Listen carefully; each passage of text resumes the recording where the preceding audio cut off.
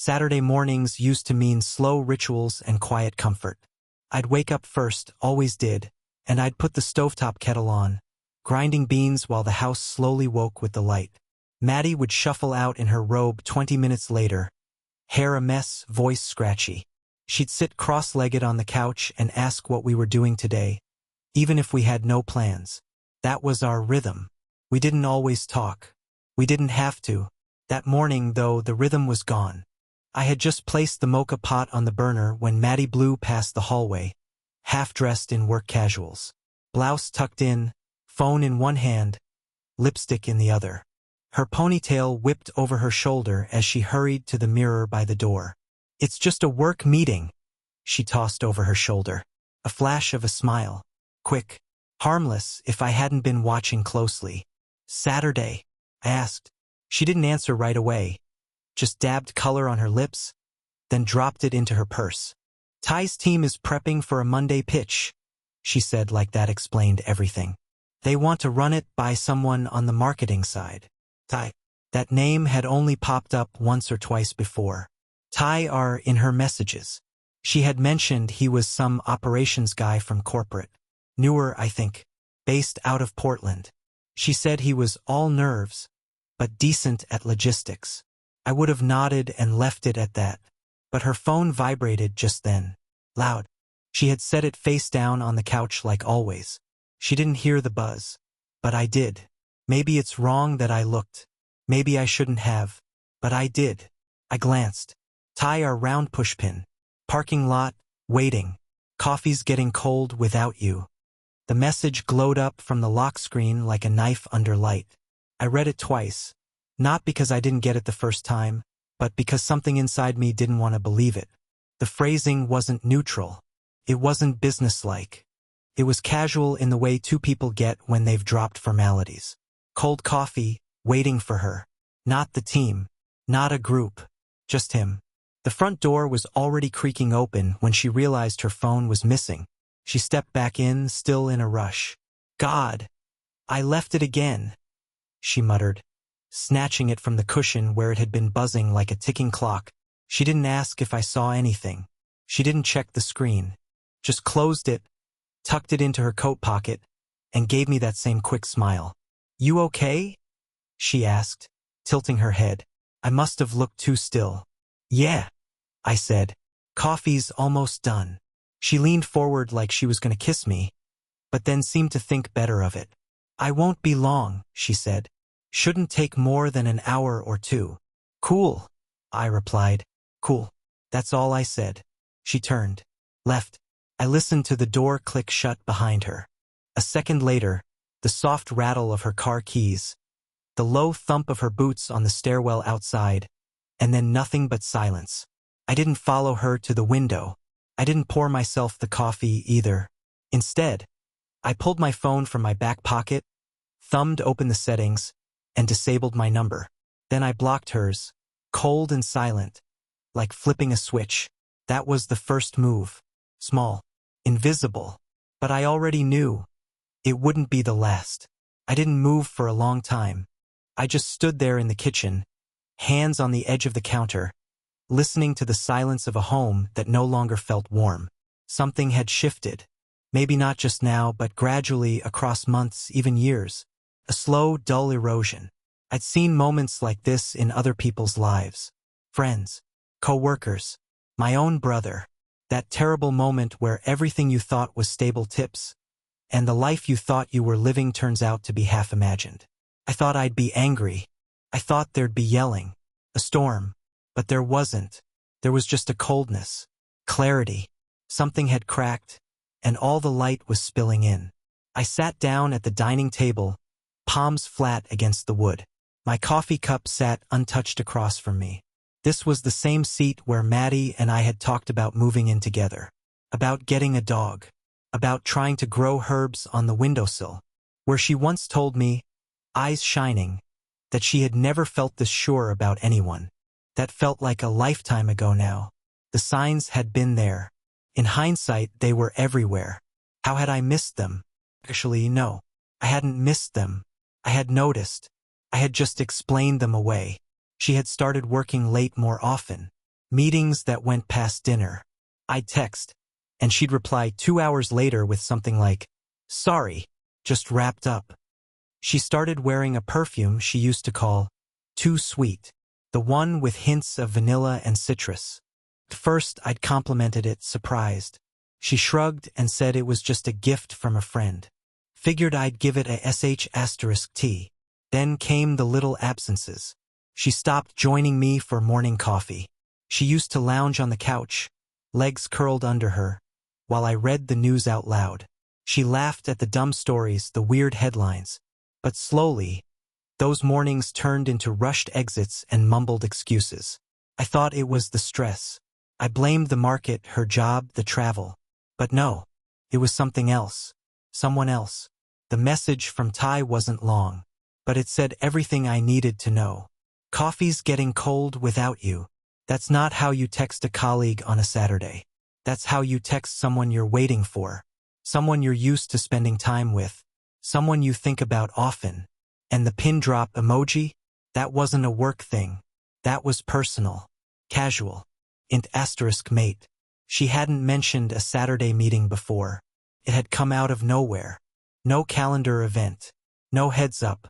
Just, "I've got to run. It's just a work thing."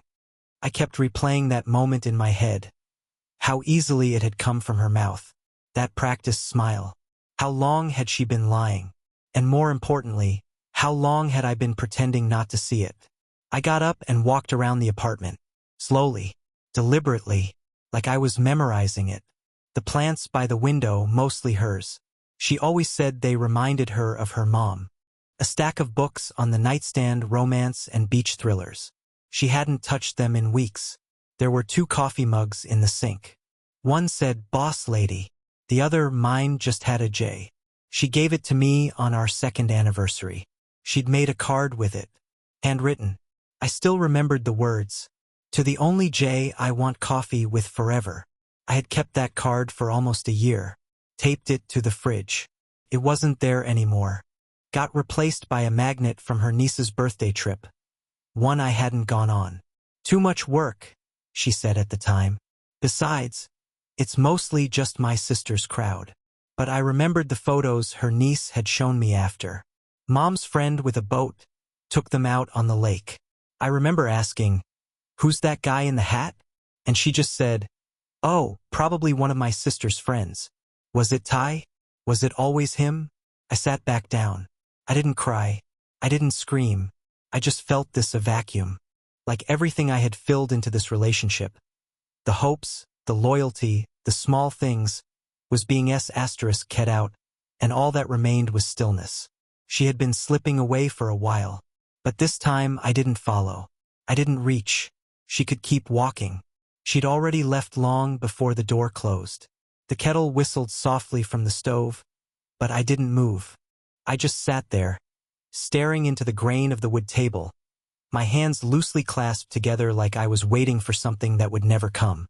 There was a time when I thought doubt was the enemy of love. That if you truly trusted someone, you didn't need to ask questions. You gave them space. You believed them even when things didn't fully add up.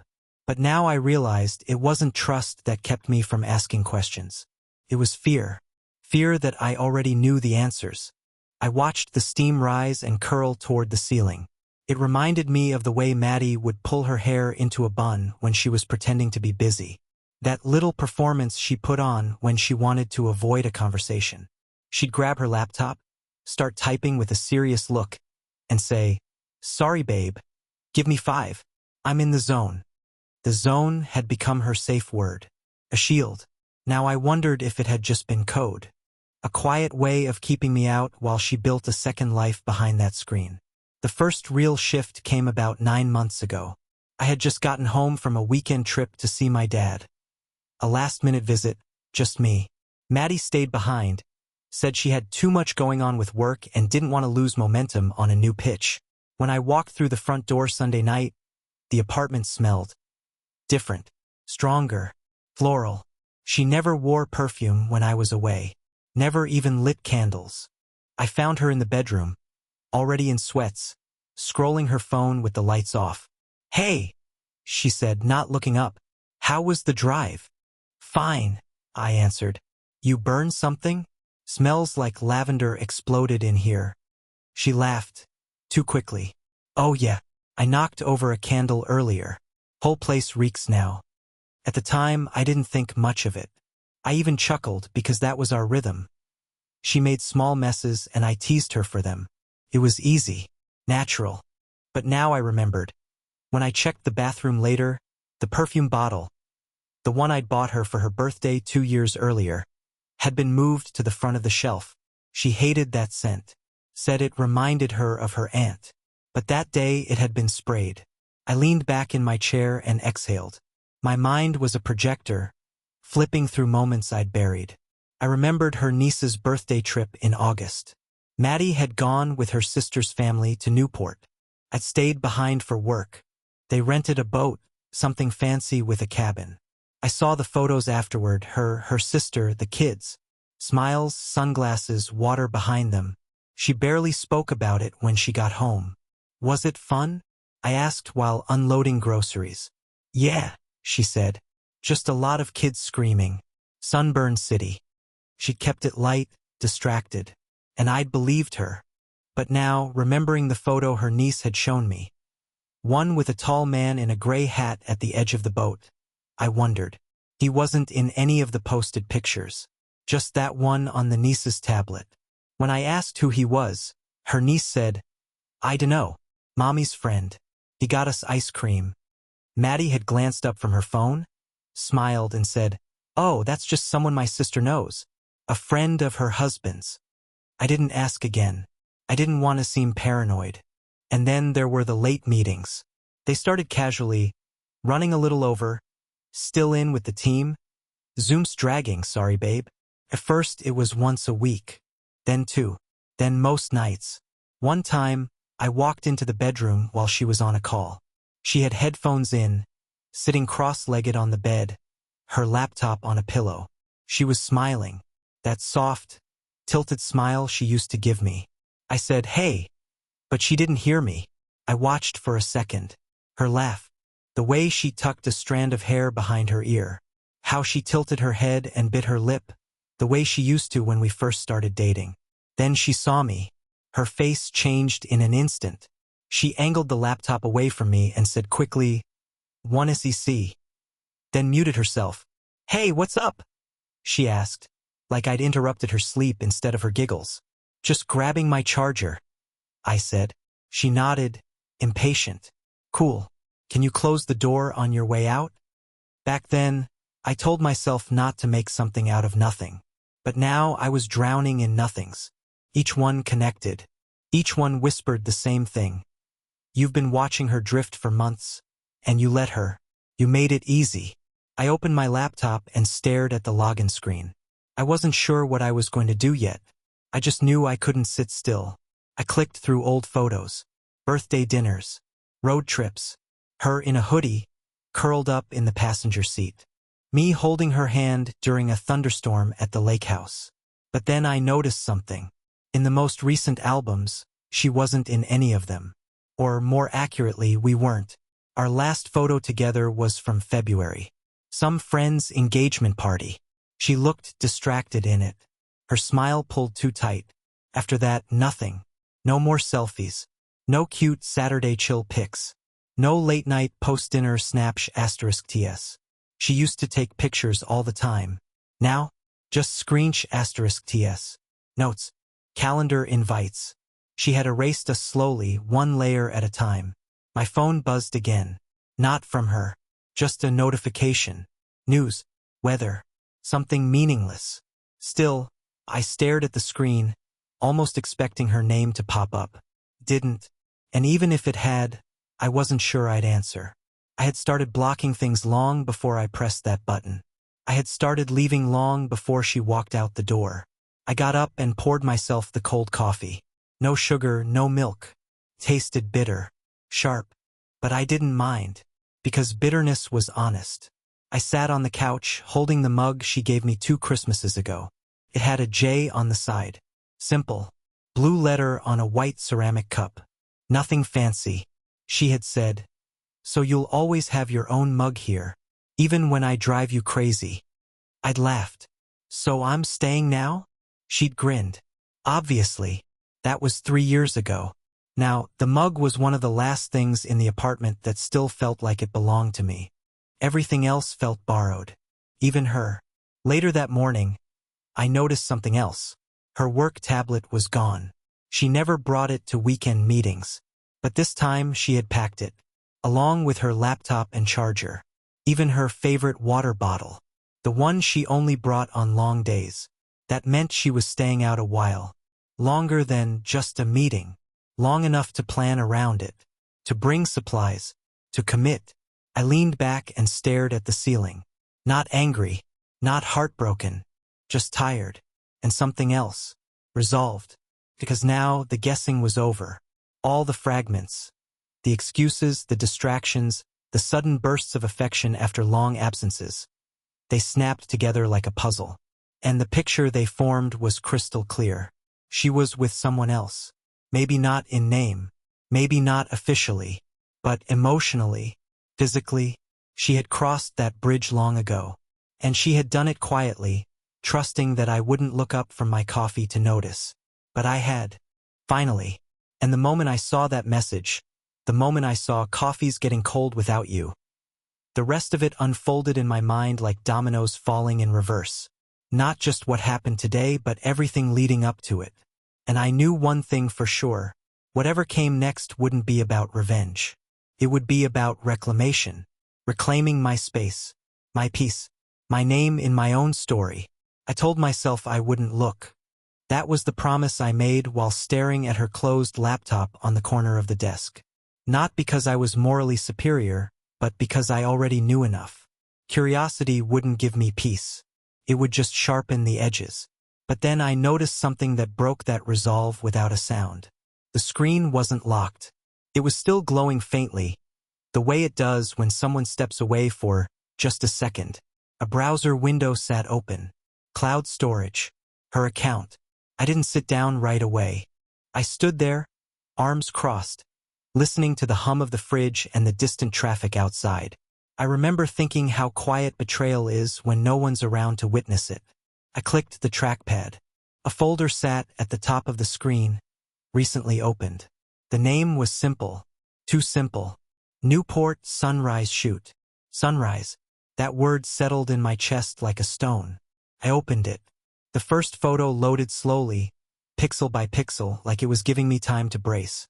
Maddie sat in the passenger seat of a car, her coat collar turned up against the early cold. She was smiling, not posed, not camera-aware. The kind of smile that happens when someone feels safe. Beside her, reflected faintly in the window, was a man. His hand rested on her knee. Not gripping, not sneaking, just there. Familiar. Earned. The angle told me everything I needed to know. She had taken the photo herself. I didn't zoom in. I didn't need to. The second image was worse. A boat deck at dusk. Water behind them, glass smooth. Two silhouettes leaning together near the railing. Her head tilted toward his shoulder. His arm around her waist. No faces. No deniability. Just int asterisk Macy. I scrolled. Another photo. Coffee cups on a small table. Two shadows stretching across the dock. Her boots next to his shoes. And then the last one. Captioned image. Morning with my anchor. I stared at that line for a long time. Anchor. The word echoed, cruel and precise. An anchor isn't a fling. It's not a distraction. It's what you hold on to when you don't want to drift. It's weight. Intention. It was what she used to call me. I closed the laptop without slamming it. My hands were steady. That surprised me. I waited for anger to come rushing in. Waited for my chest to tighten or my vision to blur. None of that happened. Instead, something inside me went quiet. The guessing stopped. The ache of uncertainty, the endless loop of maybe I'm wrong, snapped cleanly in half. There was no room left for interpretation. No story she could tell that would change what I had just seen. She hadn't just crossed a line. I sat back in the chair and let the stillness settle. Outside, a car horn blared. Somewhere down the hall, a neighbor laughed. Life continued, careless and unbothered. I thought about how carefully she must have curated those moments. How she framed them, saved them, labeled them. Not hidden, just stored, like something she planned to return to. I wondered how long that folder had existed. How many mornings like that I'd slept through, believing I was the only one she woke up beside. Strangely, I didn't feel replaced. I felt released, because now I knew the truth, and the truth demanded nothing from me. No confrontation, no explanation, no pleading, just acceptance. I stood up, walked to the kitchen, and poured the rest of the cold coffee down the sink. The mug clinked softly as I set it upside down to dry. I didn't cry. I didn't text her. I didn't take *TS or forward anything to myself. I didn't need proof anymore. I had clarity, and clarity has a way of turning pain into direction. I went back into the bedroom and began opening drawers. Slowly, methodically, not packing yet, just taking inventory, deciding what was mine, what wasn't. By the time I heard her key turning in the lock hours later, I was calm, not numb, prepared. Because the moment I saw that folder, the moment I read my anchor, something fundamental shifted. She hadn't taken something from me. She had shown me exactly where I no longer belonged. And for the first time since this started, I knew exactly what to do next. It's funny how fast life becomes storage. Drawers that used to hold pieces of two people suddenly split into mine and hers. I opened one in the bathroom. There was my razor, her serum. My cologne, behind her 4 identical bottles of foundation. For months, we'd occupied this space like a unit. But now it was just categories. Keep, leave, erase. She was still out when I started. I knew I had hours, and I wasn't rushing. I didn't want to be sloppy, or dramatic, or emotional. I didn't want to write a speech or leave some torn piece of my heart on the floor for her to find. No, this would be clean, controlled, like surgery. Not revenge. Not anger. Closure. First, I turned off the internet. Router, modem, unplugged both. I called the provider. Canceled the plan. Then the streaming services. The shared ones we used under one email. I deactivated the Hulu account. Removed her profile on Netflix. Canceled Spotify Premium. Logged out of Disney Plus, Amazon Prime, HBO. Next, utilities. Water. Power. Gas. They were in my name. I filed cancellation requests for the end of the week. Enough time for her to sort it. Not enough to coast. The smart lock was next. I logged into the app, removed her user profile, disabled the guest code we both used. Then passwords. All of them. I wiped my browser history, cleared saved logins. Logged out of every synced device one by one. Changed my Apple ID. Changed banking passwords. Turned off Find My iPhone sharing.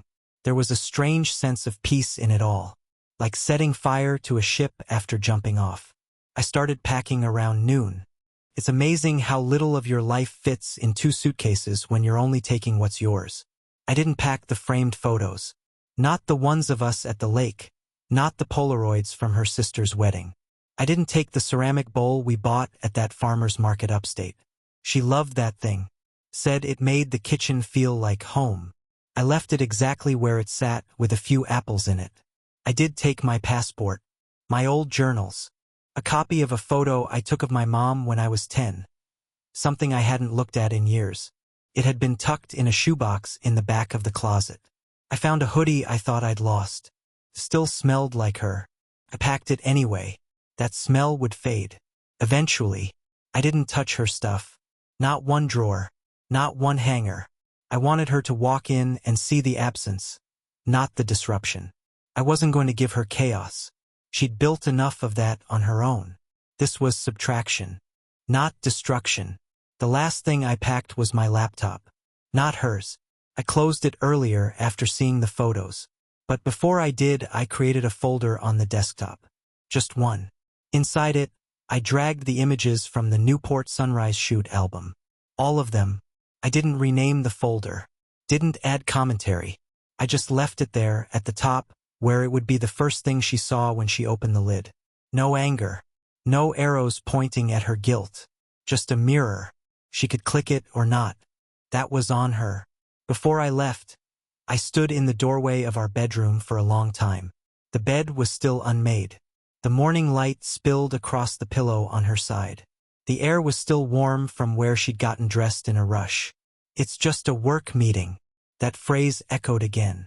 But this time it didn't hurt. It just felt hollow, like a shell with nothing inside. I placed the key on the kitchen counter, right next to the J mug. It was the only thing I left on purpose. She gave me that mug during our first Christmas living together. Said it was the only gift she'd bought without overthinking. "No hidden message," she joked. "Just something with your initial so you'd stop using my cat mug." It had been my favorite ever since. And now it would be a message, just not the kind she once meant. I took a plain envelope and slipped a note inside. No return address. No signature. Just a line I'd been rehearsing in my head since I saw those photos. "You never had to explain. I understood." That was it. No guilt. No begging. Just recognition. Like two people who'd passed each other silently on a long bridge, going in opposite directions. I called a rideshare, packed luggage in silence, double-checked the corners. One last scan of the apartment. No regret, just breath, like surfacing after holding it for too long. When the car pulled up, I took the stairs instead of the elevator. I didn't want to wait, didn't want to make room for second thoughts. The driver asked where I was headed. I said, "Anywhere with clean air and no shared lease." He laughed. I didn't. In the rearview mirror, I watched the building shrink. It didn't feel like home anymore. Maybe it hadn't in a while. Sometimes love doesn't leave all at once. It fades. A slow burn. 1,000 small goodbyes disguised as busy weeks and early mornings. I just hadn't noticed that the last ember went out until I saw her holding someone else's coffee. As we turned onto the highway, my phone vibrated. Not from her. Not yet. It was an old friend I hadn't spoken to in months. I didn't answer. Not because I didn't care, but because I finally had space. And space was sacred now. She didn't notice right away. That was the first thing that surprised me. I used to think when someone vanished, really vanished, their absence would hit like thunder. A crash. An emergency. But it turns out silence moves slowly, like fog. First confusion, then delay, then that sharp, hollow snap of realizing something is missing that isn't coming back. I imagine it started with the front door. She walked in, maybe expecting the smell of dinner, or the sound of me on the phone, or just the normal scatter of presents. My keys on the counter, shoes by the mat, music from the kitchen, but all she got was stillness. She probably called my name once, twice, maybe even smiled to herself. Assumed I went out for groceries, coffee. But then she found the envelope, and the mug, and the key. I imagined the silence closing in around her like a room with shrinking walls. The first time she tried to call me, it would have rung once, then gone straight to that bland, mechanical tone. "This number is no longer in service." Then again, same result. Then a text. "Are you okay?" No delivery. Then another. "Where are you?" Then another, something more desperate. Maybe a voice memo. I'd never know. Blocked numbers don't echo back. She probably checked the Wi-Fi next. It was down. No signal. Router dark. Then the streaming apps dead. Shared playlists? Gone. Our shared email? Disabled. Every thread with my name, archived. Empty, deleted. By then, I think she knew it wasn't an accident. It wasn't a walkout in the heat of a fight. This wasn't an impulse. This was an operation. Later that week, I heard she reached out to my father. I hadn't spoken to him in over a year. Not really. We exchanged birthdays and health updates, but not much more. We didn't have a falling out, just a slow drifting. But apparently she called. Said I was missing. Asked if he'd heard from me. He didn't tell her much. I know because he told me later. All he said was, "He's okay." But he asked for space. That was the last time they spoke. It wasn't just her phone calls I disconnected. It was everything. We had no pets, no kids, no mortgage. Our lives overlapped in soft ways, not legally binding ones, except for one thing. A startup. 2 years ago, I helped co-found a small tech firm. Nothing flashy. It was just me and 2 friends, one of whom had since dropped out. Maddie had helped early on designs, pitch decks, mock-ups. She knew the ins and outs. Back when it started gaining traction, she'd pushed me to protect my shares, suggested legal frameworks, convinced me to tie some of it under her name, just in case. Said it was just a backup, a way to streamline taxes. I didn't think much of it at the time. She had a way of making logistics feel like romance. But 3 weeks before she left for that Newport shoot, I'd already seen it coming. Not the photos, not Ty, just the shift, the imbalance. So I visited a lawyer. Not a divorce lawyer. Not yet. Just someone good with exits. He asked me what I wanted to do. I said, disappear. Cleanly. He said, you can't just ghost people legally. I said, watch me. Together we built an exit plan. Something sharp, precise. I gave up my stake in the company. Transferred it entirely and irrevocably to a clean charity fund, one I researched for weeks. No tax dodge. No loophole. Just a real foundation doing real work. She couldn't touch it. Neither could I. It was the only way I could make sure the startup didn't become a battlefield. The papers were signed 2 days before her sister's wedding. She never asked where I was that day. She thought I was home nursing a cold. I was in a lawyer's office, slicing cords with surgical precision. The apartment lease? I surrendered my name, left her with the choice, renew or let it lapse. The car? Sold. Paid off. Funds sent to my personal account, then withdrawn and moved into a private checking account under a new bank she didn't know existed. I left nothing joint behind. Not accounts. Not passwords. Not debt. Not doubt. A week after I left, I got a message from a number I didn't recognize. Just a name. Alana, her best friend. The text read, hey, I don't know what happened between you two, but Maddie's worried. Please just let her know you're alive. I didn't respond. Not to punish. Not to be cruel. But because I wasn't the man she knew anymore. That version of me, the one who waited, asked, forgave, doubted, he didn't survive that morning. The one who left. He didn't believe in warnings. Only actions. I rented a room 3 cities over. Small place. Shared kitchen. No decorations. It didn't feel like a new life. Not yet. More like detox. Silence became my friend. My protector. My accomplice. I let it stretch out mile by mile. I didn't check her socials. Didn't ask anyone what she was posting. Didn't wonder how she explained my absence. If people asked, she could say whatever she wanted. That I ghosted. That I cracked. That I ran. She wouldn't be entirely wrong. But she'd never be entirely right either. And that was the gift I left her. A clean wound with no visible cause. After 2 weeks, I closed my final loose end. A shared cloud folder. We had used it to pass files back and forth, groceries, vacation photos, insurance forms. I logged in. She hadn't touched it since the day I left.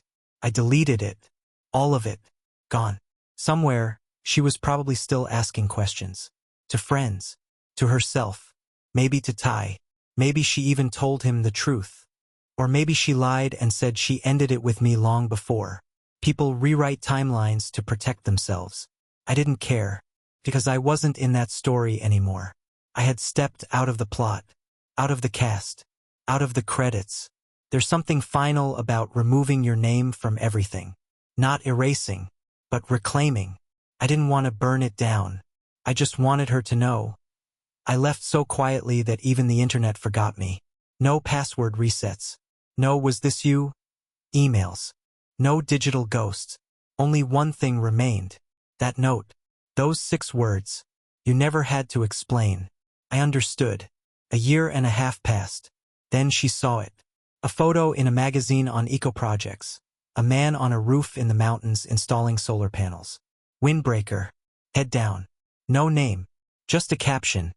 Volunteer architect. Name withheld by request. But she knew. She flew there. Tracked the project. Waited near the site. He spotted her from a distance. But he wasn't surprised. They stood face to face under open sky. I didn't vanish, he said quietly. You just stopped looking where I was. I never meant to lose you, she whispered. He nodded, calm. The moment better not invite you mattered more than you're my person. I stepped out. She had no words. He added, you set the ranking. I respected it. A month later, she sent one last message. I'm sorry. How did you disappear so cleanly? His reply came an hour later. One line. You taught me how. She read it 3 times, waiting for more. None came, and none ever would.